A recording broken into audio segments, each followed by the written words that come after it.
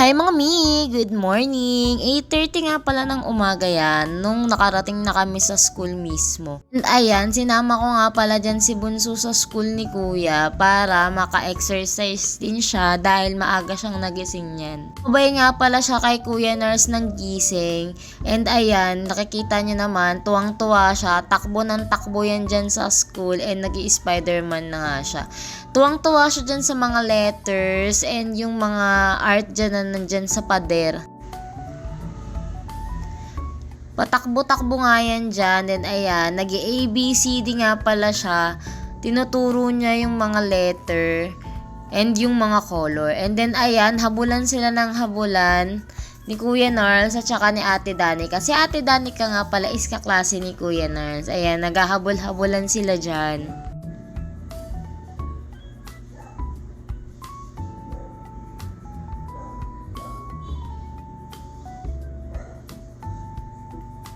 And then pagka-uwi nga ng bahay, ayan, naghugas na nga rin pala ako niyan nung mga pinagkainan namin kagabi dahil hindi ko nga pala nahugasan yan dahil so far pagod na ang person. And then after that, ayan, naglinis lang pala ako ng mga basahan dahil gagamitin ko siyang pamunas mamaya.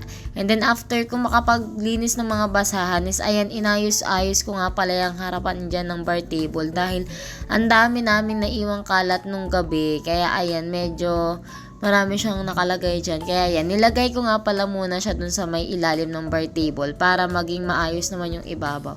And after ko nga pala dun is ayan, nilinis ko na rin naman tong harapan. Yung Cleopatra, inalis ko yung mga nakalagay-lagay sa upuan, yung towel ng mga bata, and then yung plancha is inayos ko. Binalik ko na siya dun sa may box niya. And then ayan, busy nga dyan si Kuya Narls kaka-cellphone. Pagka-uwi namin, cellphone talaga agad ang hinanap at hinawakan. After nga yan, ayan, tinapon ko na rin pala yung basura ko dun sa may gilid ng lash area ko. At saka ako inayos yung lash bed. Dahil dito nga natulog si Papa Angelo kagabi dahil andito si Lola sa bahay. So ayan, naglagay siya ng blanket and then inaalis ko yan kasi hindi ko nga pala yan ginagamit sa clients.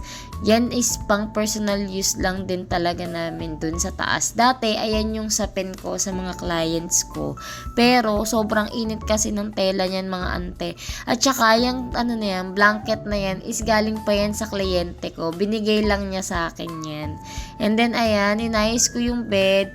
Inayos ko yung mga sapin at saka yung kumot na ginagamit ko sa clients. After nga pala nyan is ayan, nilinis ko nga rin pala dyan yung table ko for nails dahil nag-remove ako ng gel polish ng lola ko kahapon and hindi ko na siya nalinis kasi meron na ang mga kasunod na client. Kaya ayan, pagdating ng umaga is ayan, ngayon ko lang siya napunasan kaninang umaga lang.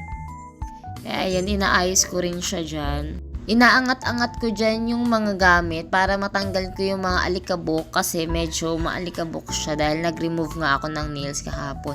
And then after ko magpunas ng table is ayan, nagwalis na nga rin pala ako dito sa may loob ng kitchen. After ko mawalisan yung kitchen is sunod ko na tong labas, yung tapat ng tindahan namin. Para nga pala dyan sa mga taga-Kalayaan B, Batasan na naghahanap ng mga hair color, perfume, hair rebonding set, and mga salon na gamit sa salon is meron kami dito sa may 16 Kalayaan B mga ante ko. Sugurin nyo na kami. Kumpleto kami ng stocks and ng mga hair color. And then after ko nun, naglinis ako ng basahan dahil medyo naipon na yung mga basahan kong labahan. And then ayan, dumating bigla yung Shopee ni Kuya Narls na comics niya ng King Kong and Godzilla. Ayan, tuwang-tuwa nga siya dyan. After nga nyan is nag-client na ako kaagad. Ayan, meron akong 2 kliyente for today's video. Dahil sobrang daming gawa, ayan, hanggang 2 lang talaga yung tinanggap ko.